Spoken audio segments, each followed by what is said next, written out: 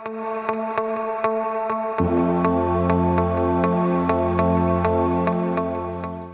to another installment of Objectively Biased with me, your host, the Objective One, Steve Fogbank.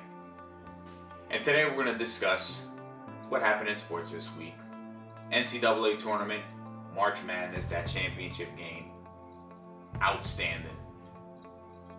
NBA Hall of Fame, new inductees. I'm going to focus on Allen Iverson in particular. But let's get to the NCAA tournament, because this may have been the best tournament that I've seen in a long time. And that championship game, while I don't want to be a prisoner of the moment, was probably the best NCAA championship game I've seen ever. Now, I've seen my fair share, and I began to recollect, to see, what games could compare to what happened in that game, especially the ending of that game. Marcus Page coming in with 13 seconds left to hit a three-point shot, a circus three-point shot at that, for North Carolina to tie the game, only to have it taken away in 4 seconds by Chris Jenkins from Villanova with another just dagger three-point shot to win it.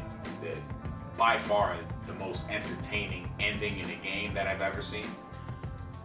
But the championship game itself was just a greatly played championship game on both sides of the ball. So I began to think, hey, listen, what games can I actually compare, especially in an ending, to? And off the top of my head, I can throw out the 2008 Kansas and Memphis championship game, where Mario Chalmers would, it was like 4 or 5 seconds left, just nailed a three-point shot to send that game into overtime, and eventually Kansas wound up winning the NCAA championship that year, which is probably a good thing considering Memphis and the Derrick Rose situation. He wound up forfeiting that season. The other game that I popped to mind that I witnessed was a throwback game, 1989 Seton Hall, Michigan, where Ramil Robinson was fouled for some unearthly reason by Seton Hall with 3 seconds left in the game, and he just drilled 2 foul shots to put Michigan ahead and win the game 80-79. So I solicited games, a question to see, hey, what games have individuals seen? I solicited in a chat group that I'm in called the 2-Minute Warning. And I got some interesting feedback. Games that some games that I just completely missed, like North Carolina State and their huge upset over Houston in 1983, where Derek Whittenburg shot, an air ball, and I believe it's Lawrence Charles grabbed it, dunked it, boom, game over. North Carolina State wins. Epic ending. Also Georgetown against North Carolina and Villanova. I try forgetting those games because I'm a Georgetown fan. Duke in 2010 against Butler. But I think it was a good game. But I think, maybe we overstate the game, or maybe I would overstate the game as being a great game just because of the sheer fact that it was David and Goliath, really. We've seen championship games where, NC State, for an example, in '83 against Houston, while they were a huge underdog, because of the players that Houston had on their team. They weren't a huge underdog because they were a whatnot program. It's North Carolina State. It's not a garbage program. Butler, this is a mid-major, someone that came from nowhere. But all in all, this game between Villanova and North Carolina, for me, best game ever. Goes down. This is an instant classic, and I couldn't have been happier with the tournament, and I damn sure couldn't have been happier with the game. I was completely thrilled watching that game, as I hope everyone else was watching that game. So, with that being said, can't complain about the NCAA tournament. I hope it happens again next year. Same way. Now, we go to the NBA. And the Hall of Fame inductees are in. Yao Ming, Allen Iverson, guy I'm going to focus on. I'm a Philadelphia 76ers fan, so I have a complete bias. Objective, but biased nonetheless. And Allen Iverson holds a place in my heart, as he's the only person that took the 76ers, at least from when I was watching, to an NBA Finals. And Allen Iverson has caught flack, and unfortunately he's caught it predominantly because of his off-the-court antics. You know, his famous practice rant. Talk about practice. Also, his dress code. Remember, the NBA implemented a dress code because of him. But I went over his numbers and his stats. And for everything that we talk about with greatness and great players in the NBA, Allen Iverson at 6 feet tall put up some of the best stats, per game stats. Again, he only played 14 seasons, but he put up some of the best per game stats in the NBA. Better than some of the so-called greats. Allen Iverson put up 26.7 points per game. 26.7 points per game. 4 seasons, he averaged 30 plus points per game. He's also the last person since Michael Jordan did it to average 30 plus point games back to back. He did it in 01 and 02. He also led the league in steals for 3 straight years, averaging 2.2 steals a game. Something we don't know, or that we don't associate necessarily with Allen Iverson, he averaged over 6 assists per game too. Now this is a 6'0" shooting guard that weighed 170 pounds with his clothes on. But this man played with a heart and a desire and a will to win. He didn't need practice because he put everything he had and then some on that court. Oh, and his regular season stats, it doesn't stop there. His playoff stats. Now, 14 seasons, he made the playoffs 8 times. I don't fault him for that because the Philadelphia 76ers organization really didn't do much to put anybody around him. With the exception of Larry Brown and Dikembe Mutombo, this guy was playing with the likes of guys like Larry Hughes, who did nothing, Eric Snow, George Lynch, Theo Ratliff, just to name a few. But in the playoffs, he averaged 29.7 points per game. Second to the GOAT. Yes.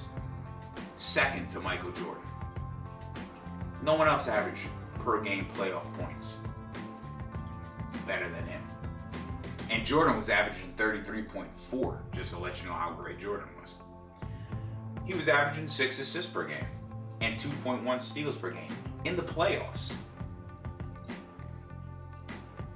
Allen Iverson may have been, next to Michael Jordan, the single greatest assassin you could put on a fucking court.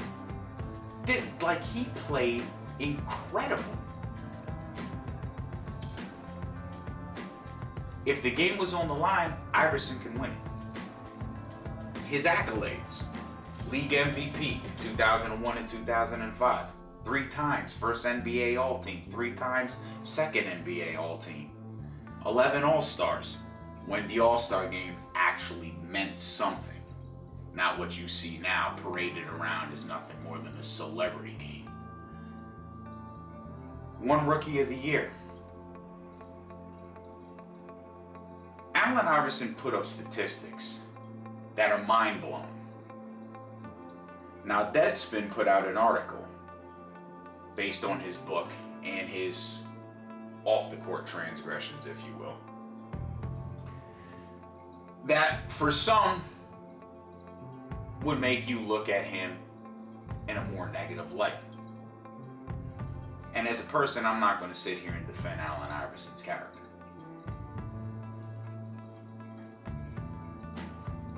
But what he did on the court, when you read his book, his bio, this guy would eat 4 hot dogs, they said sometimes, before a game. They tell you not to go swimming for at least a half an hour after you eat. And he would eat 4 hot dogs and go play for 48 minutes. I don't know about you, but I've never swam as vigorously as Allen Iverson played basketball. And I can assure you, if I ate 4 hot dogs and jumped into a swimming pool, I'd cramp up. If I ate 4 hot dogs and tried to play 48 minutes of basketball the way Allen Iverson would play, I'd throw up after 5 minutes.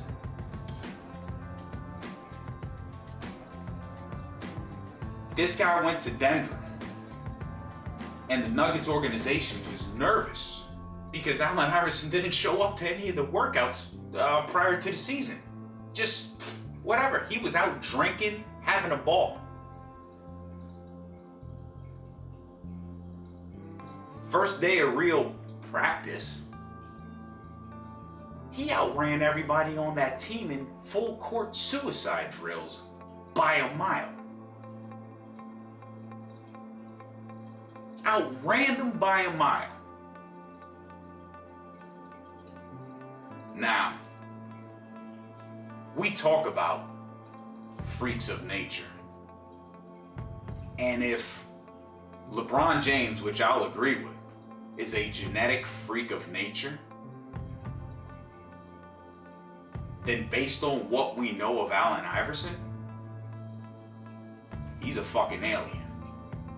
Because it makes absolutely no sense what this 6'0" individual was capable of doing without putting in the work, without putting in the effort to become greater at his craft. And yet he had a crossover that would tie your shoes for you. And he made you look silly on the basketball court.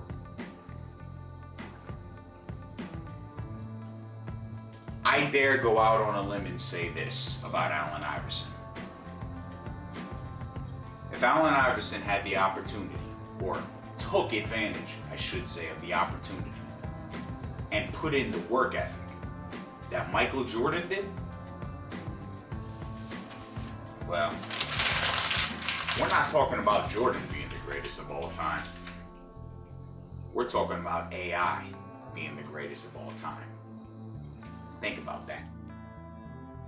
Now, with that being said, we're going to jump in from Allen Iverson, the basketball player, to Allen Iverson, the cultural icon. And we'll close it out with this. Allen Iverson, as I stated before, he forced the NBA to institute a dress code policy. Because Allen Iverson made it cool for self-expression through fashion. I mean, look at some of the players today and the way they dress. Dwayne Wade, Russell Westbrook. Well, watching Russell Westbrook dress kind of makes me aggravated at Allen Iverson for making it cool for self-expression through fashion. But nevertheless, he influenced people. He influenced a culture. Listen, I grew up in the 80s and 90s, and when I watched Iverson and watching Iverson play in the late 90s and early 2000s, I'm not gonna lie, I had the long white tee, the baggy jeans, the Timbs. Hell, Jersey dress code was just that. Even in the summer. Long white tees, jean shorts, and Timbs. Who wears Timbs in the summer? But that's what we did. Or I should say, that's what he did. He influenced a culture. He made it cool to express yourself. Kind of same way NWA did. He did it through sports. So whether you dislike him or like him, fact of the matter is, Allen Iverson's one of the greatest to ever do it. And had he applied the same type of work ethic that Michael Jordan had applied, like I stated before, then we're talking about this guy right here being the GOAT, the greatest of all time. And with that being said, I conclude my objective thought and conclude objectively biased. Again, subscribe to the YouTube channel, Stephen Fogmed. Also, my Instagram at S_Fogmed.